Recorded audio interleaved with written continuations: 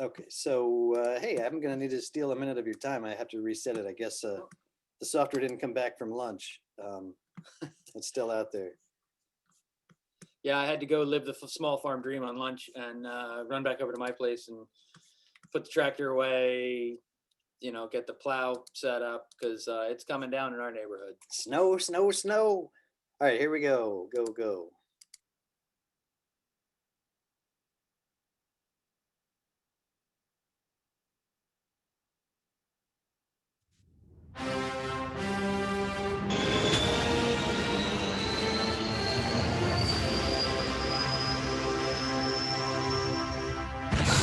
Great Scott, Morgan! I think we've done it! Wow, Doc! If my calculations are correct, we can impact the future, Morgan. But how? By sequestering carbon in the soil. But how are we going to find out how to do that? In about 2 minutes from now, we're going to meet a man named Eric Toensmeier, and he's going to teach us many things on how we can ensure the future. Amazing! Let's go.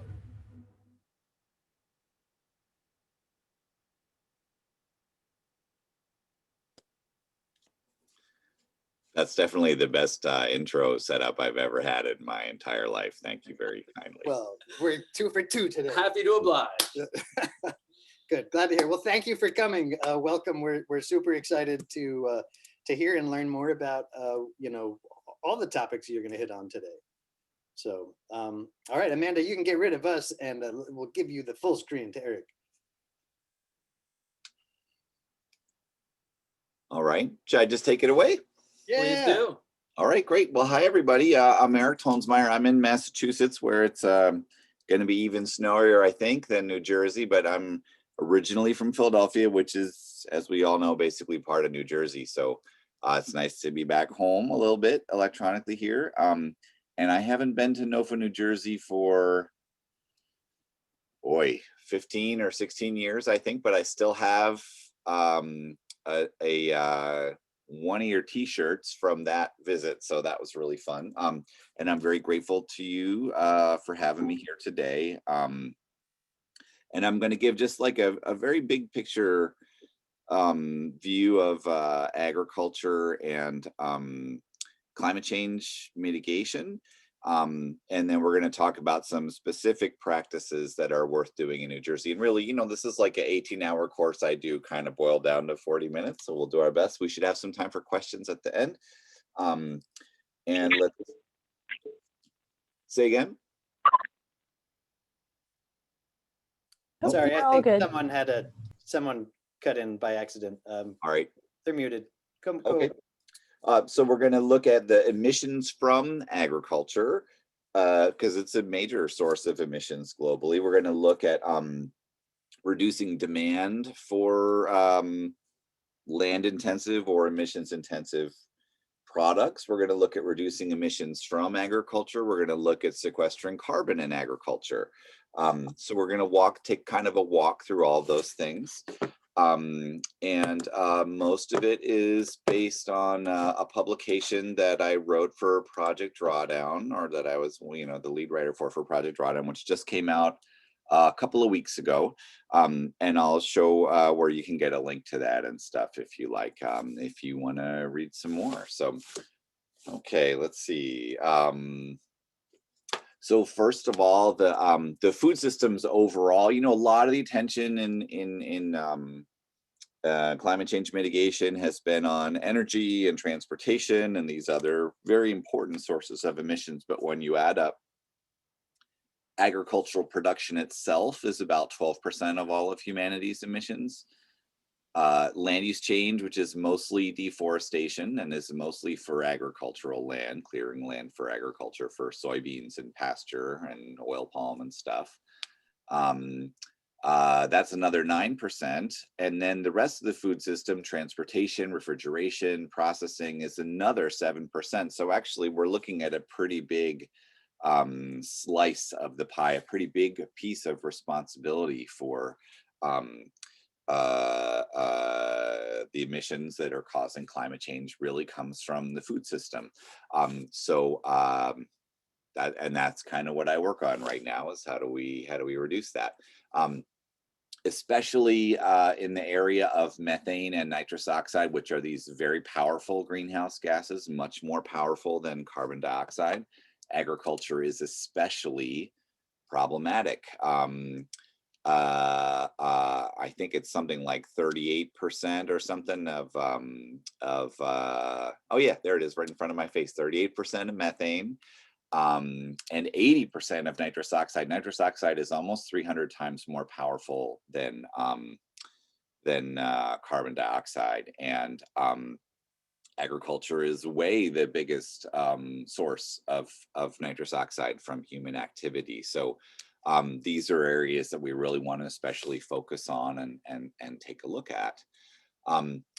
I sort of think that we have like 5 big categories. One is demand reduction. That is,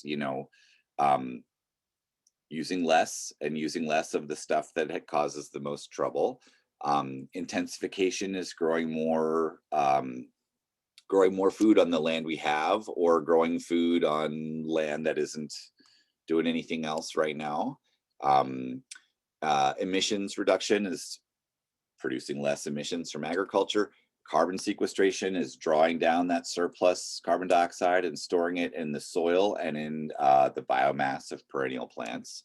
And then we have some opportunities to do things in the supply chain, which I won't talk about today, and is an area that people are still figuring out, but is a really big deal. And we could talk some more about that in the questions if people would like. And this is the new publication from Drawdown, Farming Our Way Out of the Climate Crisis. We basically tried to go through and bring out the latest science, put it all in one place, and provide some insight into places where there are myths and confusions, and also where there's uncertainty in the science and where we just don't know. What do we know and what don't we know? And all that, trying to lay all that out in one place so that can be downloaded for free from the drawdown.org website. And our director at Drawdown says this very interesting line. He says, okay, we have emissions reduction and we have biosequestration, right? But imagine if your bathroom sink is overflowing and the water is spilling out over it and getting all over the floor. That's climate change and that's human emissions. So the first thing you do is turn off the faucet, and that's emissions reduction. We're going to stop making the emissions. That's number one. And then number two is you come in with the mop and you clean it up. And the mop is carbon sequestration. We're removing the excess carbon dioxide, putting it back where it belongs, in soil and in perennial vegetation. So I like that approach. I had never heard that before, and I think that's a really clever and interesting way to think about it. And I think in the world of regenerative agriculture, in the world of organic agriculture, we've done a great job talking about carbon sequestration, especially in soil, but we haven't looked as much at emissions reduction. And actually, a lot of the practices we do reduce emissions, and we're not giving ourselves credit for that. And on the other hand, some of the things we are doing do produce emissions, and we should take better responsibility for that as well. And we, meaning myself, very much included in all of this, both as a gardener and as a writer and stuff on it. So let's talk about demand reduction and intensification first. Food waste is the big one. So some 30 to 40% of all the food we produce in the world is wasted. And pretty much everybody agrees this is a terrible idea. And it's a source of a lot of emissions. First of all the emissions it took to produce that food were basically done for nothing. And then if that food ends up, and also to, transport it and refrigerate it and process it and everything else that happened along the way are all wasted emissions. And in the end, if it ends up in a landfill, then it will decompose without oxygen and produce methane. So like every single part of that is bad, and everything we can do to try and improve gleaning and get food in the right hands so it gets eaten, or at least get it to livestock so it gets eaten, or at least compost it. There's sort of all different stages, all different kinds of ways we can do this to make this more efficient. Are a really big deal. All of those are a really big deal. And I suspect that there's some folks in New Jersey doing really excellent work on that, although I don't happen to know, but maybe we can hear about that in the, excuse me, in the discussion. Then we have intensification, which is growing more food on the land we have. The theory is like, if you could grow more food on the farmland we already have, then you don't need to cut down more forests, and the cutting down of those forests in the Amazon and whatnot is a huge source of carbon dioxide, as well as lots of other reasons it's bad to cut those forests down. So if we can grow more food on the farmland we have, or if we can grow food on roofs and city lots and other places that don't involve deforestation, then that makes a big difference. And urban agriculture is especially important in this area because it tends to be much more intensive and have higher yields per, square foot or per acre or whatever. And it doesn't always actually work that growing more food actually saves forests. It has to be combined with, good forest protection and stuff. But and there's so many different ways to do this. You can have better pest control. You can switch to fancier kinds of grazing that increase the yields. You can add trees into your systems. Biointensive is one of the greatest forms of intensification that we have. So much of the conversation about intensification basically says we need feedlots and lots of herbicides and pesticides and fertilizers and GMOs in order to grow more food. But it's not an either or. There are lots of ecological ways to produce food that increase the productivity of a given piece of land. So, many of which, of course, are being practiced by gardeners and farmers in New Jersey, somewhat famously. Then we have diet change, and this is sort of based on the idea that some foods have higher emissions than others. Now, it does vary with how they're produced, and that's super important. But some are totally worse than others. And it's not just livestock products. You can see beef is at the top of this list here, but chocolate and coffee are pretty high up there too, which is heartbreaking. So we want to look at, and what I like about this particular graphic is it breaks it out. How much is from land use change, from deforestation for those products? How much is on the farm? How much comes from production of feed and growing of feed for livestock, processing, transport, etc. So we can see how that breaks out on average for different products. Although again, of course, there is a huge difference in different ways that we can produce things. That can change the amount of emissions associated with a product a lot. It's worth noting here, if you look, that transportation is not a huge source of emissions for any of these. It's important, and local is important in that regard, but it's not the most important issue. It's really mostly the production on the farm that's the biggest deal for most of these products. So let's talk livestock for a minute. I think it's probably the most hot button issue. You hear very extreme things said on all sides. Everybody should be vegan, or everybody should eat 3 grass-fed steaks every single day to fight climate change. Pretty sure they can't both be right. So I'll give you my take based on my read of the science here.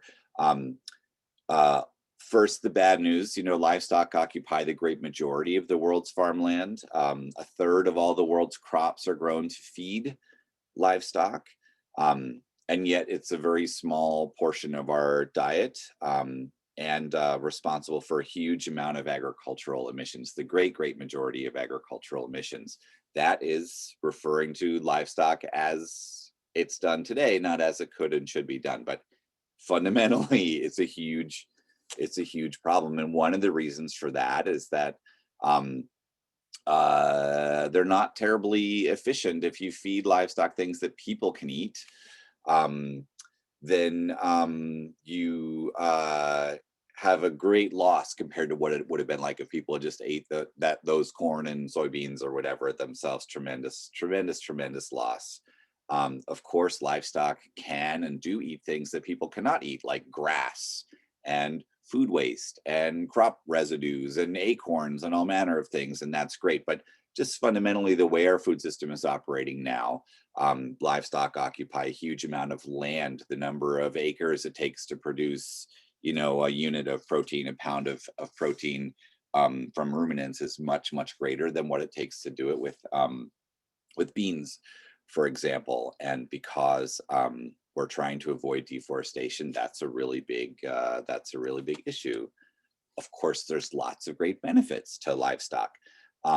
Most of the world's farmland is grassland, which is not terribly good for growing crops. It's really great for growing grass, and ruminants can eat that and turn it into something we can eat, something delicious. Livestock have the advantage of being able to be raised in places where it's really hard to grow crops, not only because it's grassland, but it's dry or steep or remote or something. They can eat all these things that we cannot, which is wonderful. And they can cycle nutrients to improve soil fertility, and they have a really great potential in integrated crop livestock systems. So I'm not someone who would say that we shouldn't raise any livestock. And there are ways to raise livestock that are very climate friendly. This particular system is currently limited to the tropics. It's called intensive silvopasture. You plant these nitrogen fixing trees like 1 foot apart, and they resprout every year incredibly high, and you browse them down in there with very productive grasses. So you can see these cows are actually right up to their head level in all of that. The legume forage trees reduce methane emissions a lot. The brachiaria grasses they use reduce nitrous oxide emissions. It's 2 to 10 times more beef per acre than you would have in the systems that were there previously. And then you can also plant, as you see here, rows of timber trees and get these phenomenal rates of carbon sequestration. So this, I think, is the very best way to raise beef in the world right now. That's not, of course, how most of our beef is raised. So the trick is that if we do want to only raise livestock in ways that are friendly for the environment, it means, as far as I can tell from the numbers I see, that there's a lot less livestock available for people to eat. There's less livestock protein available, and that's why you can't have 3 grass-fed steaks a day. Everybody can't have that. There isn't enough room in the world to do that, even though AMP grazing and these other great grazing practices can increase the productivity quite a bit of pastures. We're still looking at the 2 most recent studies show somewhere between twice as much and 2.5 times as much land required to produce a pound of beef or milk or whatever compared to a feedlot. So we can do it in ways that are excellent and sequester carbon, but it does mean that the American diet, for example, needs to shift to include some more plants and less livestock products in it. So hopefully I've made everybody a little mad with that, if I'm doing my job right. I was very sad to learn that, but that does seem to be the case. Okay, so let's talk about reducing emissions from agricultural production itself. First, if we look at where they're coming from, enteric fermentation, that's the burps of cows and sheep and goats and stuff, is definitely the highest, followed by various classes of emissions from manure, followed by synthetic fertilizer, rice production, which I don't think is a real big deal in New Jersey. And then there's sort of a miscellaneous category here. Let's see if I'm staying on schedule. Oh, we are so exactly on schedule. Great. So how do we reduce enteric fermentation emissions from cows and whatnot? There's a whole bunch of ways. Some that are interesting. One is feed additives. A lot of people are looking at seaweed, which so far in some studies seems to show a very positive effect. Improving forage quality, going from a degraded pasture to a well-managed pasture, reduces methane emissions a bit. And certain kinds of tree fodders and forages can reduce them as well. Like if they're eating leaves of things like black locust or willow or mulberry, those are high in tannins that can reduce some. And then there's some forages like plantain and chicory and birch trefoil that also do that. There are a number of other practices. There's kind of a whole world of how to do this that we give a little introduction to in the new publication there. Then we have how do we reduce emissions from manure? Well, manure on pastures is one of the biggest sources of nitrous oxide, and there are some forages, as you can see here again, plantain again, sorghum, and some other things that can, when ruminants urinate on those forages, they like grab the nitrogen really quickly before it can off gas. And in general, restoration of degraded pastures really appears to have a very positive, desirable impact in reducing nitrous oxide emissions. And tannins, once again, as we mentioned for methane, also somehow shift the form of nitrogen that from a form which is excreted as urine, which off gases really quickly, to a form that is excreted in manure and breaks down much more slowly and has more time to sort of get used by soil organisms and stuff. So that's very interesting as well. Composting, of course, biodigesters, all these are things that can help do a better job with manure emissions. Reducing synthetic fertilizer emissions. I'm happy to be speaking at an organic conference today where none of you are using synthetic fertilizers. And there are so many other ways to provide nitrogen. And you folks are already doing those. So that's really great. And none of you are probably growing rice, or rice is certainly a very small piece of the puzzle in New Jersey, I'm willing to guess, so we can go past those. Reduced tillage reduces the emissions from breakdown of crop residues. And organic no-till is sort of the holy grail a little bit right now. I know for gardeners like myself, there's some great techniques and for real small farmers. There's good techniques, occultation and solarization and this kind of stuff. And the Rodale folks and others have been pioneering these larger scale mechanized organic no-till systems, which are great. And ultimately, I think that's going to be one of the very best ways to raise annual crops. It should also be mentioned, like New Jersey, Massachusetts, where I live, has a big cranberry industry, and the draining of wetlands to put in cranberry bogs is a major ongoing source of methane emissions, excuse me. And in Massachusetts, the cranberry industry is leaving and heading to Wisconsin, and that's giving us this interesting opportunity to start to do some restoration, some re-wetting of those wetlands, which is a very expensive process. But unlike regular upland soils, unlike non-wetland soils, wetlands can continue to sequester carbon for thousands and thousands of years. So in the long term, it's a very, very powerful investment to make to start to restore some of those areas if they are coming out of cranberry production. And there may be some best management practices for land that stays in cranberries as well. I don't happen to know about that, but around the world, people are trying to find better ways to farm peatlands if they can't afford to take them out of production. And they are finding some different techniques for how to do that, which is interesting. Okay, now we can talk about carbon sequestration, which is where I started in my journey about all this climate and agriculture. You may remember back to learning photosynthesis in high school, where plants breathe in carbon dioxide and break the oxygen off of the carbon. They release the oxygen back into the atmosphere, and the carbon they use to make all kinds of really cool things like sugar and starch and lignins and things like that. Some of it right away is given off into the soil as sugars to feed microorganisms, and some of that is off-gassed again from there, but some of it stays put. Some of it becomes long-lived organic matter and can remain in soil for a long time if there isn't tillage, and if there are various kinds of disturbances. Some of that can remain in the soil for centuries.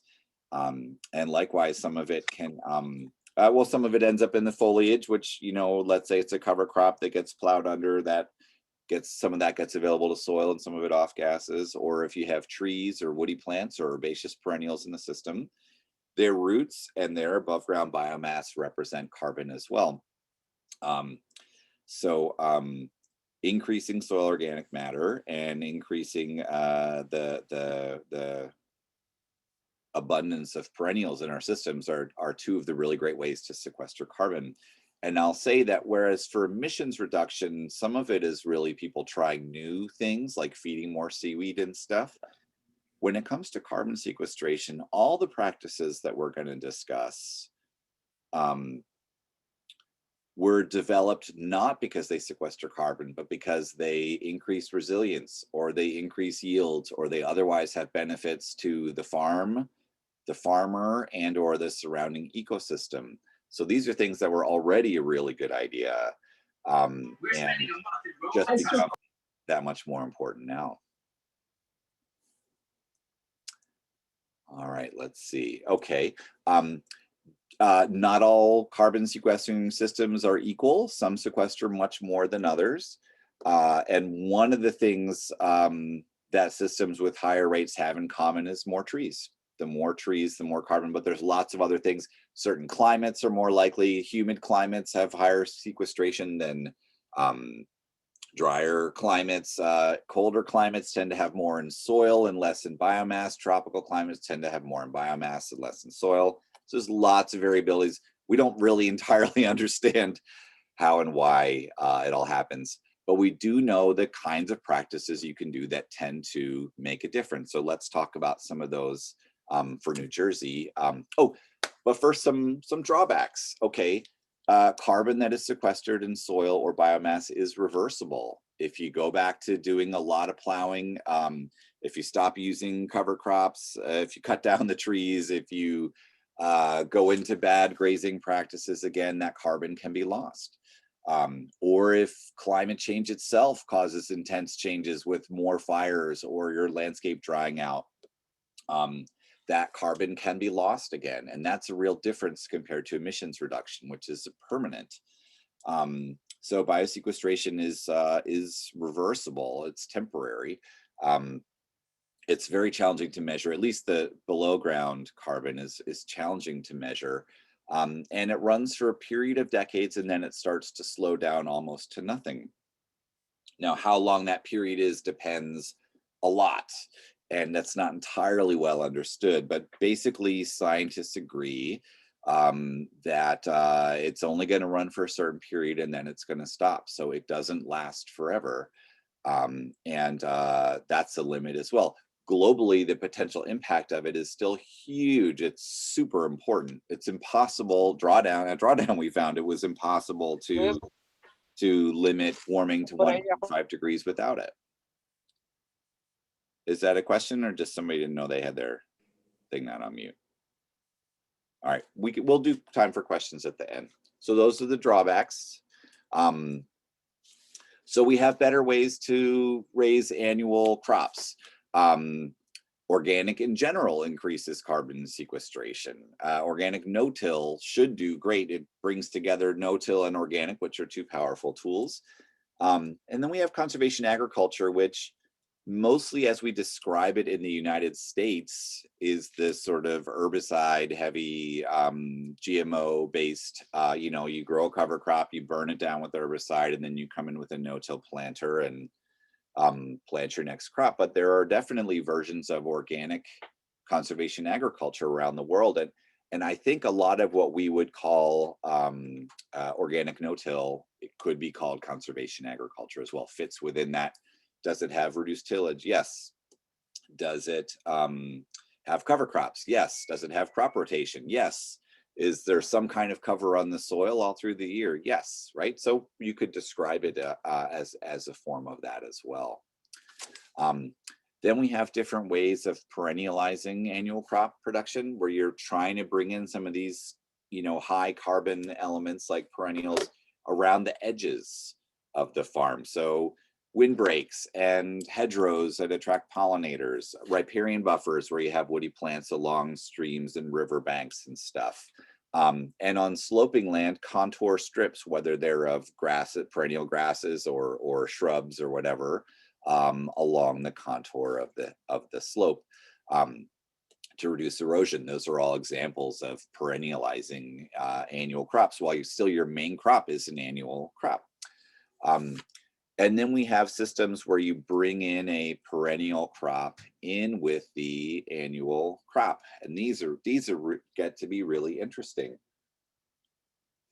One of the ones that's probably more applicable to a lot of NOFA, New Jersey folks, is the French kind of system where you intercrop rows of fruit trees or shrubs in with the annuals.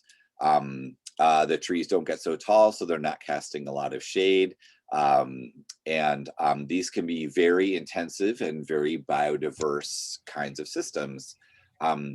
But there are also agroforestry systems for larger grain farms as well, especially we see in China and in Europe, people growing winter grains like wheat and barley and rye that are planted in the fall and grow to some degree over the winter and are harvested in spring with deciduous trees.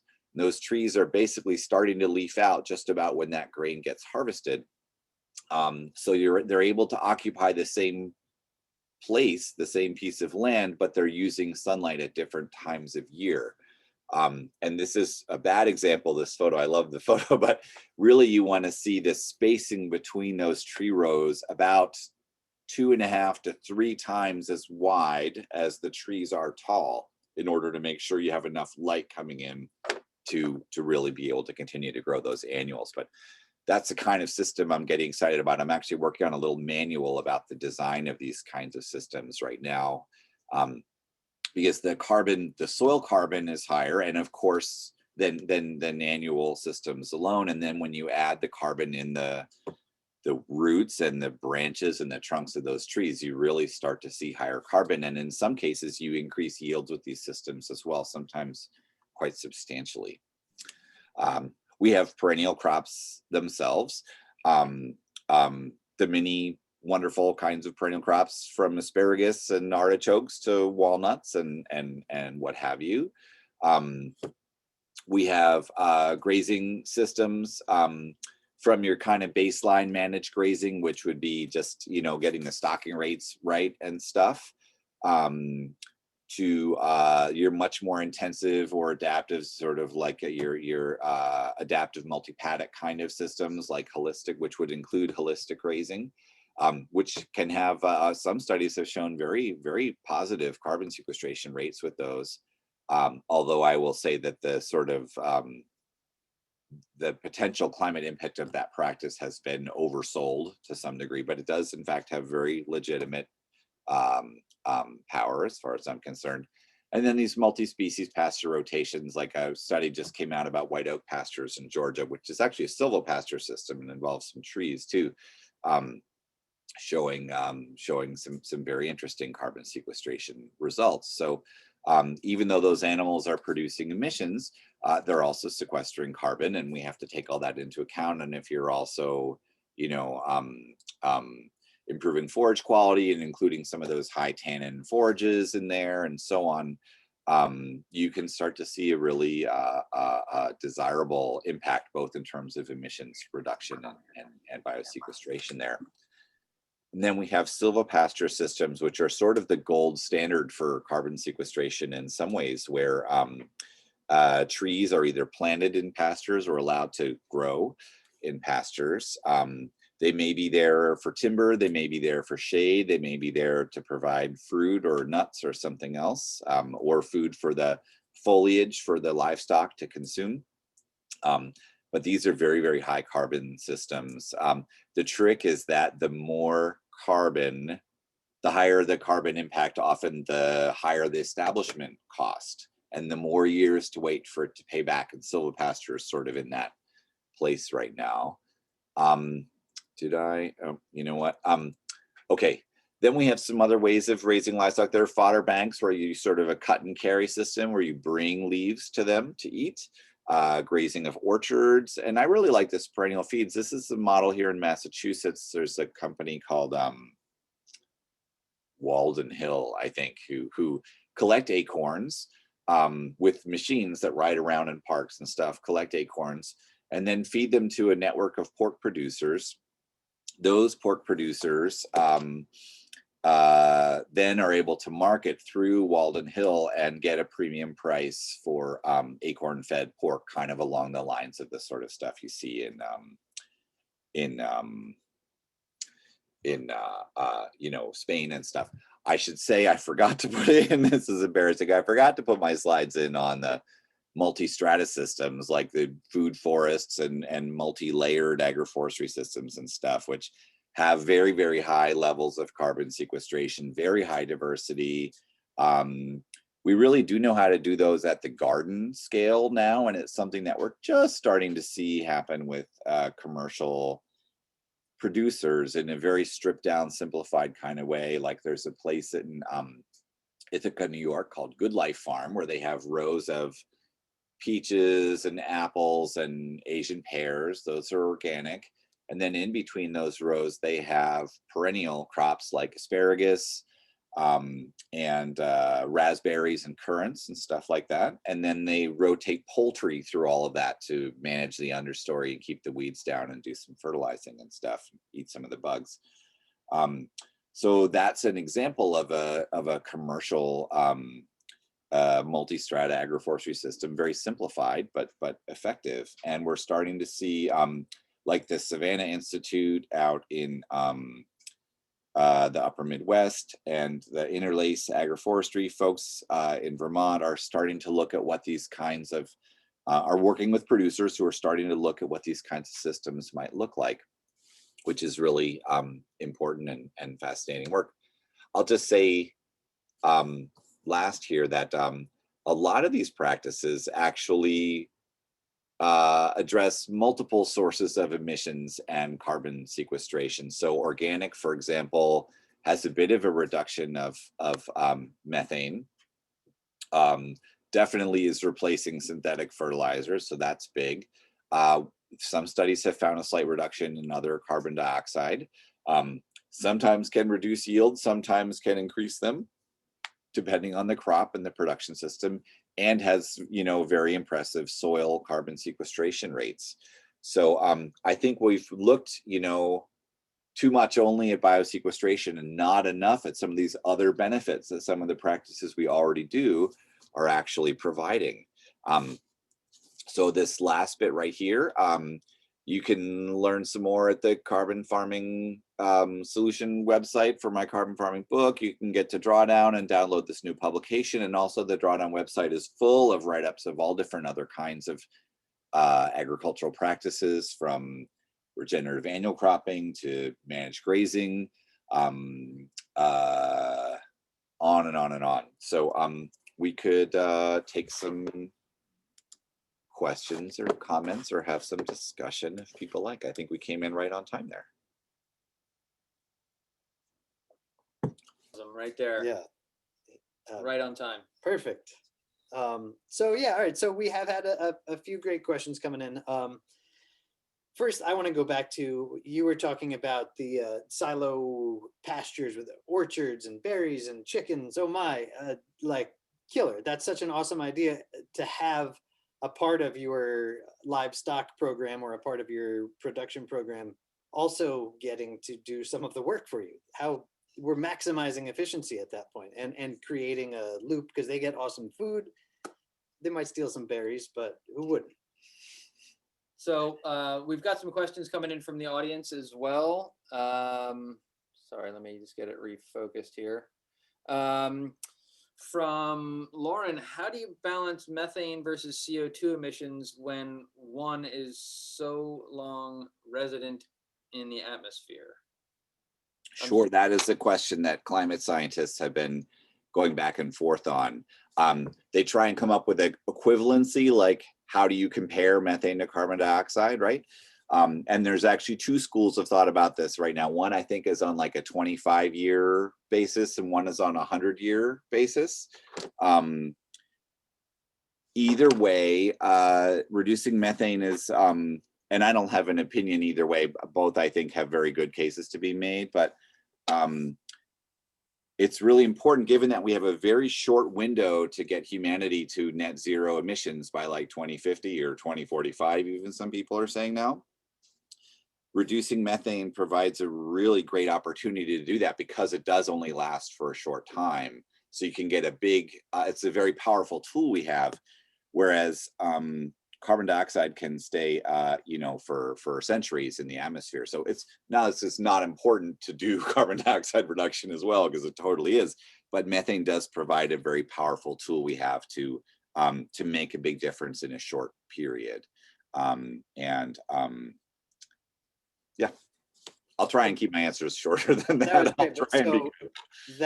that in some ways means we need to grow more kale, but less kale, because kale makes me produce a little more methane. So anyway, I don't know how it balances. So this next question from Janine C. Are there cost-effective methods, perhaps in agriculture, to remove or scrub existing methane in the atmosphere? Ooh, yes. Okay, we actually looked at this for this paper. Some of the things we're already doing, like increasing soil organic matter, very, very modestly increase the natural sink of methane in soils. But it's very, very, very, very, it's a very small amount. But yeah, yes. And then there's a lot we can do in rice production. But again, I don't think New Jersey is a big rice state, so I didn't go into those here. But yeah, so there are things we can do, but they're relatively small. But we can do them, and actually, you guys already are doing them. Okay. It's just an unrecognized benefit of organic farming, basically. Nice. Nice work, everybody. Yeah, good job. Sarah O asks, can you explain the no burning versus biochar paradox? And please elaborate on the role of biochar for cattle grazing. Okay, I'm not a biochar expert in any way. Drawdown is doing another round on that right now. They got somebody in good to work on it. First, I'll say that biochar does have some very impressive potential to reduce emissions in a number of practices. When it's in manure, it seems to reduce emissions from the manure. When it's in soils, it seems to reduce nitrous oxide emissions from crop residues and so it has actually, if you go across the board with it, it does all kinds of interesting things. And the burning of biochar leaves behind a whole bunch of carbon, which is helpful if it would otherwise have been burned entirely. It's less emissions than it would have been. It's not always clear that applying biochar to soils increases the carbon sequestering capacity of that soil. But in some places, like where there's a bad cation exchange capacity, like in sandy soils, that does seem to be the case, and throughout a lot of the tropics. The challenge is it's so expensive that it's very hard for a lot of people to imagine that being done on like a huge global scale. Right. At however many hundreds of dollars an acre starts to get rough for people. But I do think that there are, applications of using biochar that do seem to make a lot of sense. And in the process of writing this paper, I kept seeing biochar as another way to handle more and more different kinds of emissions. It was very eye-opening, very cool. A lot of area where a lot of new things are being learned all the time, but not the one thing that'll save the world either. Right. Nothing is the one thing that'll save the world. It's a lot of things, a lot of pieces, like a lot of us joined together doing the work, to strengthen the numbers. So this one has got to be, stuck on the image of, actually, first, I'm going back. Everybody said, wow, the mop metaphor. That it's okay, turn off the source, number one. And anyway, great job. I love that. I never thought of that. I'm embarrassed to say I never thought of that, but I'm not happy to use it. I think it's a great, it just makes sense. We got to turn off the sink. Otherwise you're mopping forever. We've all been there, No, thank you. So next question from Michelle. For perennial feeds, is there any application of black walnuts? Ooh, yeah, sure. I mean, I don't know about the leaves, but the nuts are great, and pigs and stuff can sometimes crack those right out in the field and eat them.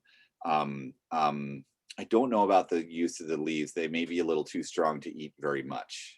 And the hulls, I think, are pretty strong, like worm medicine, but maybe not like staple. Not a daily feed. Yeah. Michelle, I have personal experience. We've run our small herd of pigs every summer around the edges of our farm, and they absolutely devour what's there in terms of black walnuts, both this year's drop and what's left over from last year. Sure. Yeah. Yeah. But maybe not for cows. Yeah, cows and horses, not so much. Yeah. So Brian is asking, how do you balance the reversibility of carbon in soil organic matter with carbon credits? Mhm. That's literally the $1.5 billion question right now. I'm happy to say that I don't personally have to do that. But yeah, it's something that people are thinking and talking about a lot. There's a lot of debate about it. There's been a bunch of articles about that just over the last like 2 or 3 weeks, including one in the Washington Post. What I will say is it's something that already is being done around forests, and forests are a big part of carbon credits. So if we're going to do it for forests, we should do it for agriculture. But yeah, there is some concern that there's there's a lot of conversation about that. It's a legitimate challenge. Not only the reversibility, but the incredible difficulty of measuring it and predicting it is also a real challenge. And when you put those two things together, that's partly why it's taken so long for us to get to where we are, where we're really just seeing the first year where we're seeing any significant kinds of carbon credits offered to farmers in the US for carbon sequestration. And that's only for cover cropping, as far as I know. So we're very much in the early stages because all that has to be worked out or it doesn't work. Yeah. We've got, here's another one from Logan. Thank you for your work, Eric. When do you think you'll publish the manual about perennial intercropping? Is there a manual? Yeah, okay. Well, Guide? 2021. Nice. It's part of a series on alley cropping systems that's going to look at economics, overall design, a whole bunch of the logistical things. This special one is just about how far apart do you put the rows of trees and how do you match the trees to the understory? Because if you do it right, you get higher yields. If you do it wrong, you get way worse yields because they're all fighting for sun and nutrients and water and stuff. So, and we don't have a lot of great models of that in the US, but people are doing it on a big scale in Europe and China in similar climates. So we're gonna pull on the best of that from those places, pull on the best from the US and see what kind of recommendations we can give people for how to do that in a way that doesn't wreck your farm. You know, it has to work. It has to work. So. All right, so as soon as you're done with that manual, If Eric, you've got some more, I would love for you to come back. okay. Oh, it would be my great pleasure. It would be my great pleasure to do that. Yeah, we could do a longer workshop on it or something. It could be really fun. Yeah, great. Thank you. We still have a little bit more time for some questions, I believe. So here's one. We've got Randy is asking for the home gardener homesteader. Does the planting of more trees have an appreciable impact? Well, to the degree that you're doing that, anything you do at that scale matters, then yes. You know, my garden here, I'm on I have a 1/10 of an acre. The garden itself is 45 feet by 90 feet. But it has a ton of trees and organic no-till and lots of perennials and shrubs and stuff in it. We've calculated that every 10 years, it offsets the emissions of one average American. That's great. It's measurable.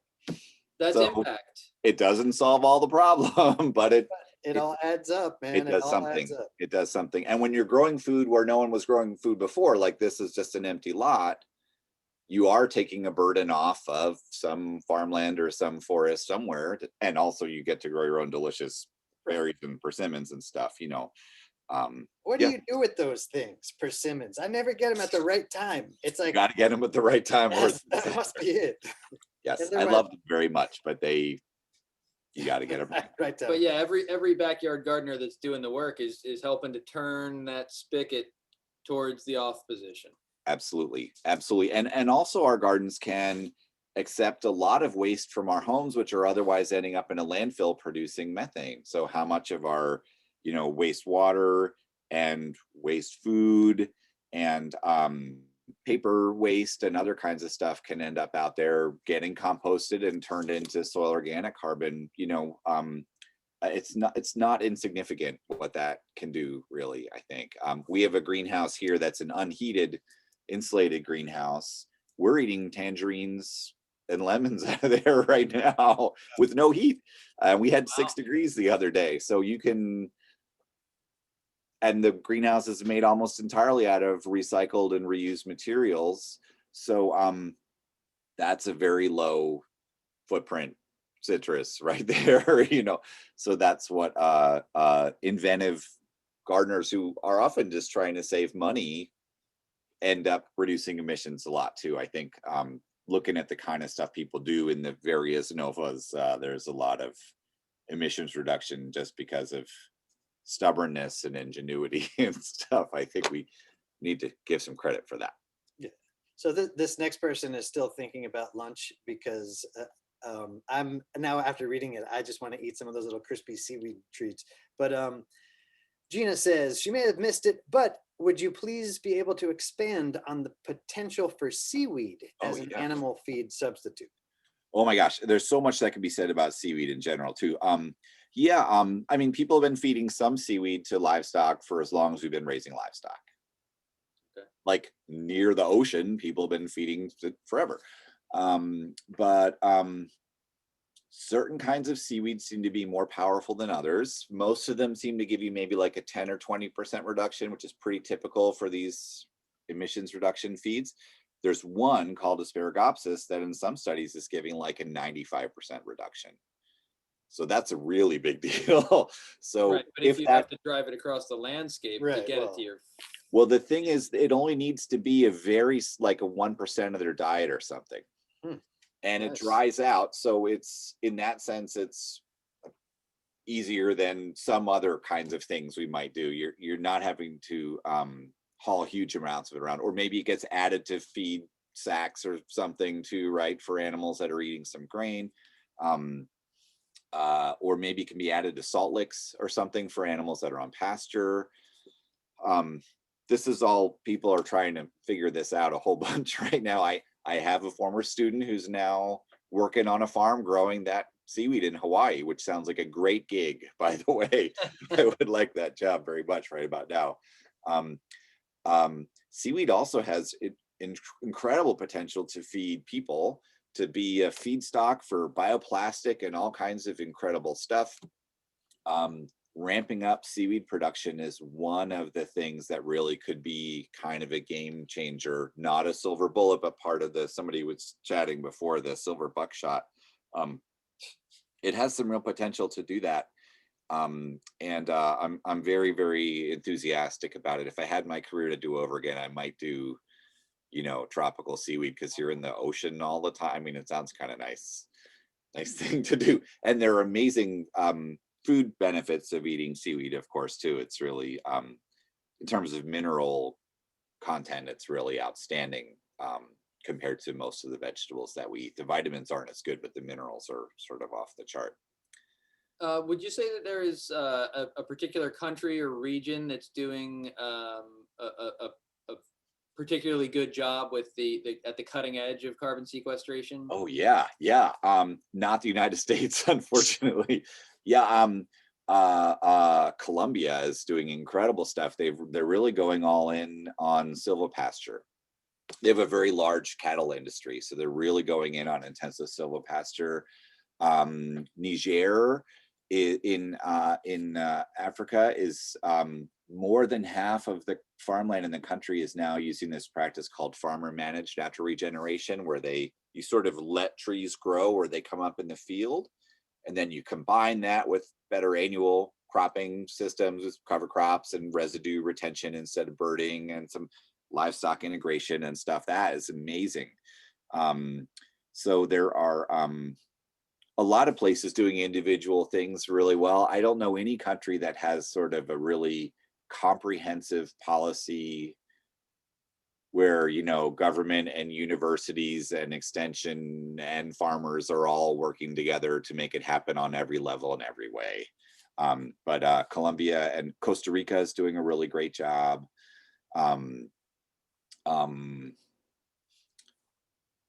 Mostly, I think here in this new administration, it's still early to see, but it may be that we get a lot of the sort of herbicide and no-till version of things. Looks like what's being lobbied for in some ways, you know, by some of the big folks, which does totally sequester carbon. It's just not my favorite way to do it, right? Yeah. Yep. Anybody else really jump out? China has done some amazing things in some parts of China.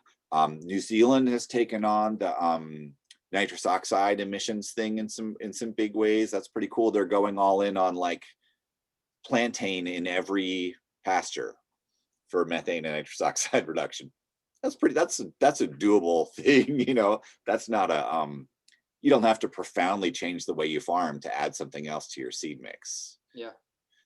So I like things like that. Whereas like planting trees in the middle of your pasture is a really profound change. And so we need a mix of like the things that are easy to adopt that people can take and run with,